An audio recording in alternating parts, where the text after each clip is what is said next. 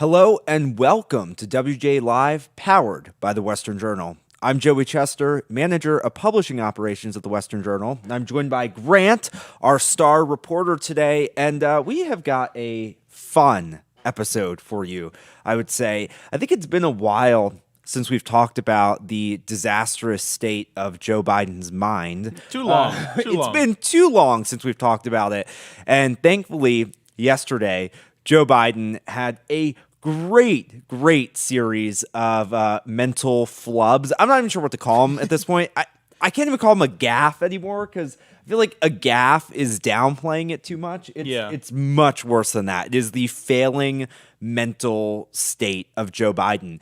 Biden invited Barack Obama to the White House yesterday to, I think, try to prop him up as the world is crumbling around him, as his poll numbers are utterly disastrous.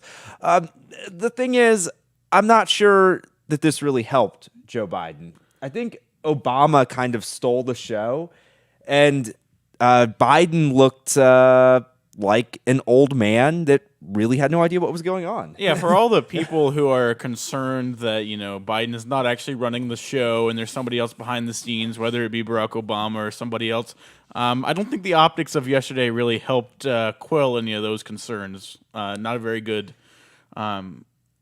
show of leadership by Joe Biden, we'll say. Yeah, and the contrast between Obama and Biden is pretty crazy. Like, having Obama on stage behind the podium with the presidential seal, it's kind of like, not that I like Obama or anything, but it makes you remember, oh, that's what it's like to have a president who's coherent again.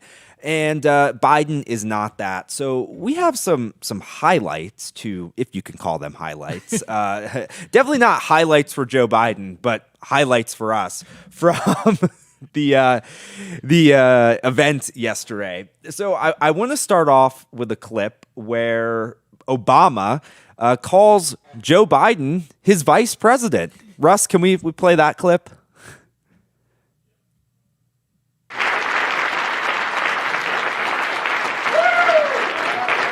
Thank you, everybody. Have a seat. Have a seat.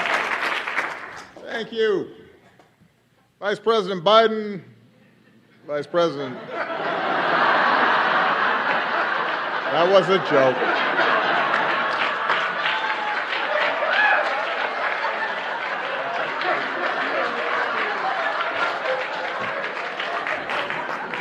That was all set up.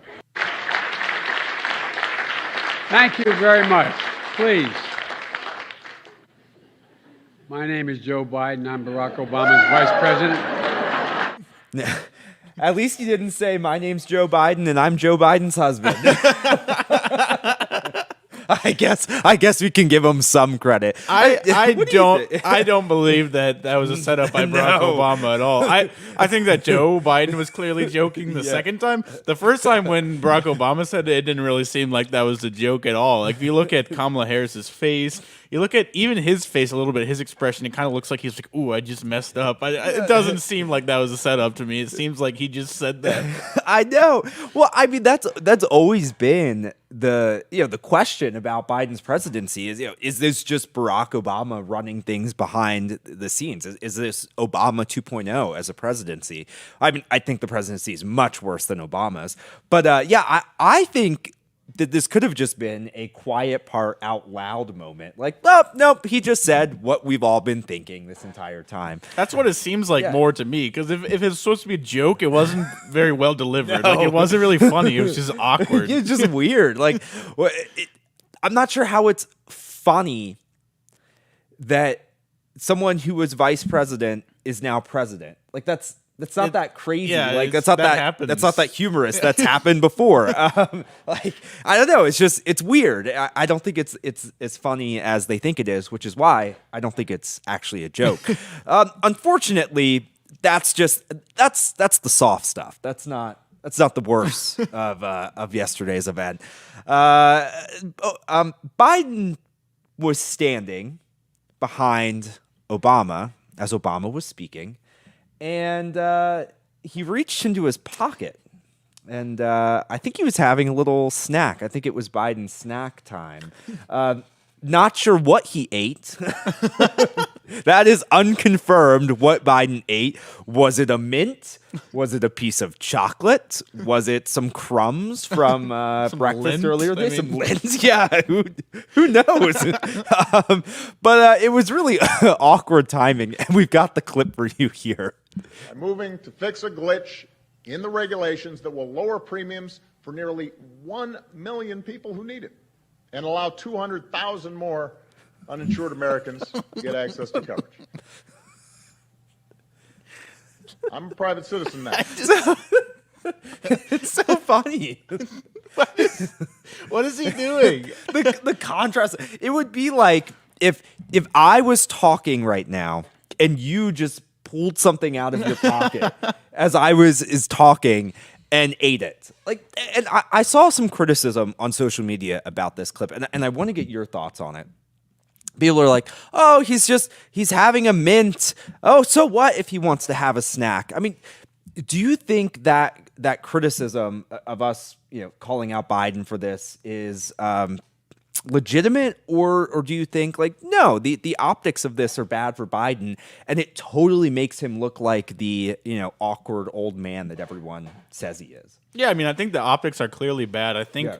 like you said, we can't tell what he's eating. Yeah. If it is a mint, I guess I would give him a little bit more slack if he was like, oh, I just need a mint right now. It's still pretty weird timing. Why wouldn't you just put the mint in your mouth, not when you're standing in front of everyone? Everyone can see you. He's not hidden.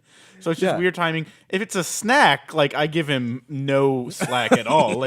You can eat a snack at any other time. If he had a snack in his pocket that he was just ready, that would mean that he knew he was going to get hungry in the next 5 minutes, and he really need that makes no sense. So I think that's He knew he was going to be hungry. He's like, I can't make it through this 10-minute speech without my granola bar. My blood sugar. Yeah, I agree completely. You have to understand. I think it's something that we understand because we're so in tune with politics and how things look. So much in politics is about optics, how things look, and like you said, even if it was a mint, it's an awkward time to reach into your pocket. Just the optics of reaching into your pocket and eating something is odd. And he should know, maybe he doesn't know, the things that are said about him or the clips that are pulled. He should know he's just setting people up to hit him on this. So it's really, I just think, strange, awkward moment. But once again, this is not the worst of it. Biden spoke some gibberish as well. We'll play that, where he talks about the thing that him and Obama worked on when Obama was president. I think it's the first clip, Russ. Yeah. The American Rescue Plan subsidizes that are lowering premiums, subsidies are lowering premiums, and extending coverage. And I got a little practice when you gave me that other act, when we were president. You were president. I was with you. I wish that we could see Obama's face in that clip, because I want to know what he's is he just nodding and smiling, or yeah, we worked on that. When you gave me that other and keyword, he says when we were president. Apparently, Biden thinks they were both president at the same time. That would be an interesting picture of both of them just kind of being a president. Maybe they're in one of those trench coats and they're trying to get into the movies, the little kids, and they're just one president. It's just Obama's head, and then Biden's just on the bottom. He's underneath. He's carrying him. It's 8 feet tall. No, but I mean seriously, it's incoherent. How are we supposed to have any idea what he's talking about? And he's trying to talk about how great, if you don't know, the premise of this event was talking about how great Obamacare was. And, as we all know, Obamacare is an utter disaster. It's one of the biggest policy failures of the 21st century. And we literally can't tell what Biden is talking about. And that should alarm you. I mean, it should alarm you any time that your president says something that you literally can't tell what he was saying. It's not like this is a one-off either. I mean, this is what, the third or fourth thing that we've pointed out from just this event alone. And it's not all that we have either. There's another one. Joe Biden brought out his whisper again. Let's play that. The Affordable Care Act has been called a lot of things, but Obamacare is the most fitting. Obamacare. True. So awkward. Like, it's so awkward. What's up with it? The crowd, like, it was like a half laugh, like a half surprise. I don't know what. The PR people are, oh no, he's whispering again. Do you think someone has told him on his team, like, you need to stop doing that? Because he keeps doing it. Do you think anyone has gone up to him and be like, maybe don't whisper into the microphone anymore? That's something I've wondered about with so much of this. Like, has anyone told Biden to stop doing this? It's like back when he was VP and he used to, during the swearing in ceremonies for senators and representatives, and that's where a lot of the sniffing hair pictures and videos come from. And that's the same thought I had. Like, did anyone tell him, maybe you should stop doing this? So it's either he's being told and he just doesn't listen to it. Maybe he forgets. Or his team is like too afraid to tell him, hey, Joe, you got to stop doing this. Again, the optics are really bad. I mean, PR people know optics. They should know that doing this isn't very good. Yeah, I mean, just weird. That's just not anything that a normal person does. I mean, it just doesn't make any sense. Why do you think he does it? I don't know. Like, I can't tell if he's trying to add emphasis and like make a point, but it doesn't do that. I mean, I don't really know what his goal is in doing that. I don't either. It's very strange. It's a repeat thing. Something I think we should do here at Western on our website. I think we should start a Joe Biden whisper tracker where we track the number of times Joe Biden whispers. I like that. I bet you by the end of his 4 years, if he makes it 4 years, it'll be a large number. Again, this is not the worst moment. Now I have got the finale for you coming up. This by far takes the cake, and you're going to see a little clip here. And at the beginning, you're going to see Biden doing something weird with his hands. Not sure what he's doing. And then you're going to see how much the people at the event liked Joe Biden. And then following that, Russ, let's play the clip where Obama just blatantly ignores Joe Biden. So let's roll those.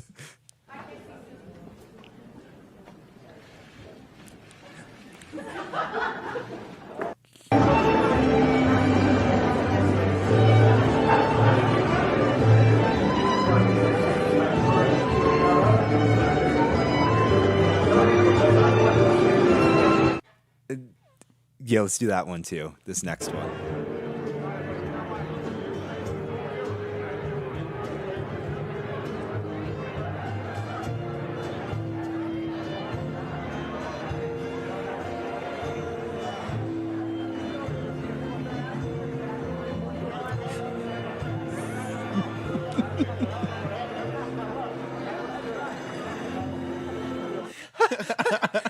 He's got his hand on his shoulder. He's touching him. Like, if like yanking on him. It's loud in there. You can't hear him. I understand. But like, usually if somebody touches you, you kind of like turn a little bit. I mean, he didn't even react. Obama just kept going. Just kept going. Kamala Harris too. I mean, just no one is acknowledging him, and people are swarming around Obama. Like, if there's I don't think a more telling moment about Biden's presidency than those clips right there. Biden is failing so much that the previous president of the United States, Barack Obama, is more popular, got more attention at this event. And Biden, the current president, like, if the president's in the room, everyone is usually latching on to them. They're excited to be meeting him, getting to interact with him. And Biden is just like it's like he's not there. Like, he's a ghost in the middle of the room. And we all know his failing poll numbers and his unpopularity. But it seems like this is extending into like his own personal circle, that even the people around him don't want to talk to him. Obama has literally not been relevant for 6 years. Yeah. I mean, he hasn't done anything since 2016. I mean, Yeah. the last time that he did something, he hasn't done anything significant except come out with like a stupid book and like a Netflix show that said nothing. I mean, it's like Joe Biden is the president of the United States. That should be, in any room, like you said, the most interesting thing, like the person that everyone wants to see. And instead, it's this guy who, sure, he was president, but it was 6 years ago, and since then, he has been pretty much out of the spotlight. There's not a lot that, like, there's not so much that they should have been wanting to talk about with Barack Obama as there would be with Joe Biden, because you should be able to talk about all the things that are happening in America, because he's currently leading America. And it just doesn't make any sense why. I mean, it does make sense in the fact that I don't think I would want to have a conversation with Joe Biden, so I don't blame the people there. But it's disappointing to see. I saw some people saying that it's sad. I might be sad for Joe Biden if it weren't for all that he has screwed the country over on. But I can't be sad for him. I don't think that I feel pity for him. He brought it on himself. Yeah, this is his choice. He decided that he was going to be president. He is failed utterly, like we all could have guessed. And I mean, it's unfortunate, but I don't know that I feel bad for him. Yeah, Grant, I think that's a great point. I mean, even in that clip, Kamala Harris seemed to be getting more attention than Joe Biden. And we know how unpopular Kamala Harris is and her utter inability to answer a question coherently. But even she was more popular than Biden. I mean, it was really stunning. And you're right. I can't feel sad or bad for Joe Biden because he brought all of this on himself. And I think this clip, this whole event is a really stark reminder of elections have consequences. This is what the United States elected. It's Joe Biden. We elected this. We didn't here. We tried our best to fight against it, and people like big tech and Zuckerberg and changing election laws and all that. But it shows you that elections really do have consequences. We're watching the tangible results of the 2020 election right now. But I just want to touch on one thing, and I want to get your thoughts, Grant. Why aren't they talking to Biden? Why? The people there. What do you think? It's strange. I'm trying to wrap my head around it. I mean, why wouldn't they talk to Biden? I'm wondering if it's an optics thing for them. I'm wondering if a lot of the higher ups in the Democratic Party, I don't know exactly who all was there, but people who are influential, I'm wondering if they're seeing or feeling like this presidency has kind of reached a point of no return, to where they understand Americans don't like Joe Biden. A lot of Democrats don't like Joe Biden. A lot of independents don't like Joe Biden. So maybe they're just trying to get out ahead of it a little bit and be like, you know what? This is just a lost 4 years. This was a mistake. We're going to, move on as a party. Maybe they're just trying to distance themselves from him. I don't know what other explanation there could be. I mean, you'd think they would at least try to make some small talk or something, but they just don't even care. Yeah, I think that's really insightful, and I think you're probably right. I really do think we are witnessing the collapse of Joe Biden's presidency in real time. I mean, this event showed that to us crystal clear. And there's also a lot of other problems that the United States is facing. We have record high inflation, and we all deal with the prices of things. Gas prices are still out of control, even though they might not be in the news as much as they were. And the supply chain is still really messed up. Grant, you had a great story yesterday. If you want to read it, go to our website because it's fantastic. Can you talk about that a little bit? Yeah, so this is my favorite week of the year, every single year. It's Masters Week, the greatest golf tournament that comes around every single year. And part of the reason that I love the Masters so much is that it's traditional. Yeah. There are things that are at the Masters that you can count on that you're going to get every year. Every Wednesday, just as there was today, there's a par 3 contest. There's always a champions dinner on Tuesday where all the champions go.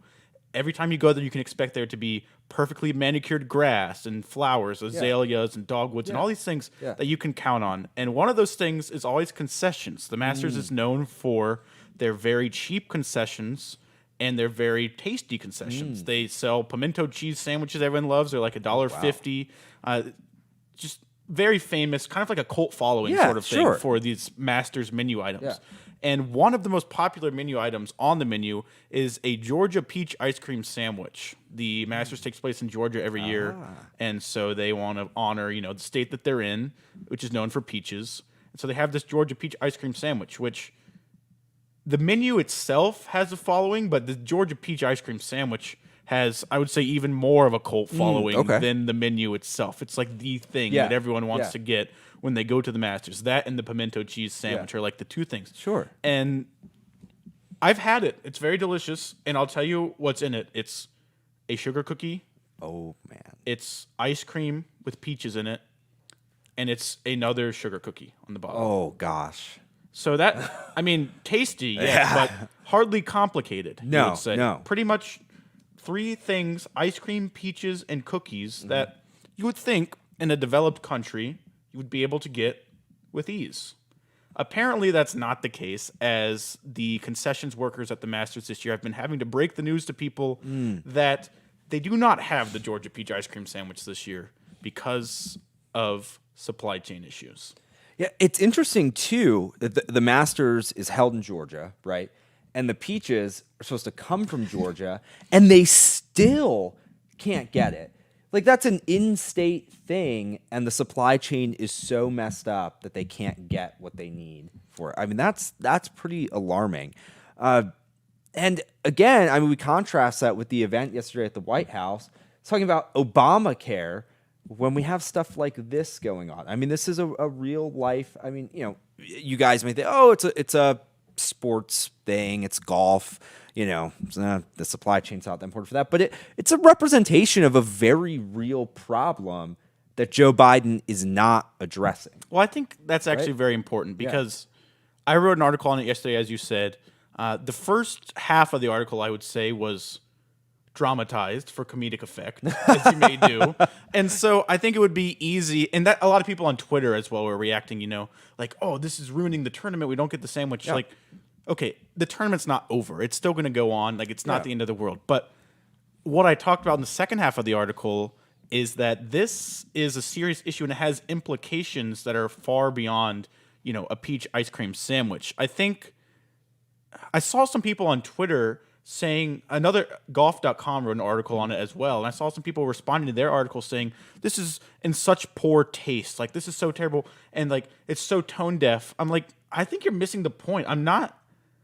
Like, the reason to me that this is a big story is not because they can't get Georgia peach ice cream sandwiches. The reason is that it highlights we are living in America, and yet we can't get basic necessities. Yeah. And we have a president who's going out in press conferences and saying, we're going to have food shortages. It's going to come up. We have Ford and Chevy being unable to produce some of their most popular cars in Michigan because they can't get parts. Yeah. I mean, I didn't write this article or bring up this subject to pretend like, woe is me because I can't get a peach ice cream sandwich. That's not the point. The point is that we can't get basic things in America, and it's going to get worse and worse. And it's already worse for people who maybe are living paycheck to paycheck. They can't afford to be paying more for groceries. They can't afford to be footing the bill both with inflation and also with higher prices, because when things are more rare, then they get more expensive. So, I mean, this is hurting everyday Americans. It's not just about, a treat or something that you want to get. We're talking about, like, food, like basic necessities. Yeah, and I think you make another point. Sometimes it's hard to get people to wrap their head around what's happening when you talk about things like supply chains and economics. But when you have a situation like this with the Masters, this famous food item, that's such a good way to get people in to listening. And then you tell them, it's not just about this, like you said, it's about a larger supply chain issue. So I think it's actually great that we can use this to have this conversation and bring it into a broader conversation about the supply chain issue. And you touched on Ford and Chevy in Michigan. They just had to suspend production for the Mustang and the Camaro, which are, like American icons, muscle cars, because the supply chain is still messing them up. I mean, these are cars that sell, over 100,000 each year. and they literally have to stop making them. And Americans can't get cars. They can't get food. The food that they can get is expensive. Everyone has stopped talking about the fact that the Russia-Ukraine thing is going to lead to a fertilizer shortage and a grain shortage that could, farmers have warned that wheat, corn, soybean prices could drive grocery bills up $1,000 a month. I mean, no one is talking about this stuff, just how bad it could get. Gas prices, we're not seeing any ease, it feels like. I think I paid $4.70 this morning. I know, honestly, I drive by the gas station these days, and I see that it says $4.69, and I'm like, well, at least it didn't go up from 2 days ago. I mean, that's yes. $4.69 is somehow supposed to be like a win in my mind, because I'm like, at least it's not $4.89, at least it's leveled off at this completely ridiculous price. That's the point that we've gotten to. I have to find, a small victory in the fact that I have to pay $4.69 for gas. It's out of control. My grocery bill didn't go up $100 this week. I guess that's a win right now. But it drives me crazy that there's not more discussion about this. Again, the Biden event at the White House yesterday, talking about Obamacare. Who cares about Obamacare? It was signed into law, 10 years ago? Or over 10 years ago? I don't remember the year, but somewhere in that range. And he's talking about that while this stuff is happening, the stuff that impacts real Americans every single day, that Americans are having to choose between, do they buy groceries or do they put gas in the car? Do they go to work or do they stay home because they can't afford to put gas in the car? I think we're running an article about Americans are turning to eating expired food now. That is in the pantry or that they find. That's a problematic situation to be in, and no one seems to be doing anything. I mean, almost all discussion has ended about it. Yeah, I feel like we've just moved on. I think something that's really shocking to me. I understand that Twitter or Facebook are not indicative of the real world, especially Twitter. It's a tough place to be sometimes. Reading the comments, all those things, but. What I see more often than not on Twitter is every time that someone does bring this up, every time someone says, wow, we have to pay this amount for gas. We have to not be able to get certain foods. This is a concern. What I see in the comments from a lot of people, and maybe they're just trolls, I don't know, but I see a lot of people saying, oh, this can't all be blamed on Biden. Or, oh, my goodness. There's other explanations. There's always an excuse. To me, the majority of things that I'm seeing are not, I can't believe that this country is in the place that it is under Joe Biden. It's more excuses or other things to distract from how bad the country is in a state under Joe Biden. Well, and even if not everything is tied directly to Joe Biden is the leader of the country. He has a responsibility to solve the issues facing the country. It's not just I didn't directly cause that, so I don't need to address it type thing. No, you're the president. It is your job to address the issues facing the nation, and he's just simply not doing that. Instead, he's doing weird things with his hands and speaking gibberish and wandering around while no one talks to him at the White House. That's the state that we're in. Like I said before, I think we're seeing the Biden presidency collapse before our eyes, and that's probably going to end up being a good thing. I don't think Joe Biden will run again. That's my prediction right now. I hope you all enjoyed the videos of Biden that we brought you from the glorious event yesterday, and a good discussion on the supply chain and just how important it is that we keep talking about it and don't let Biden or any elected officials get away from this issue. Thank you so much for watching today. We do really important work here at the Western Journal, and it's tough. Big tech wants to censor us. It's something that we're fighting all the time. But if you want to hear more stories about Biden's failures and about the supply chain and other issues facing America, and you feel compelled to support us, go to westernjournal.com/join. And there are multiple ways you can support us on there. We would truly appreciate it. It is a massive help. We're a family-owned company. We're really a small business. And like I said, we do really important work. Thank you so much for watching. We will see you back here on Friday. Take care.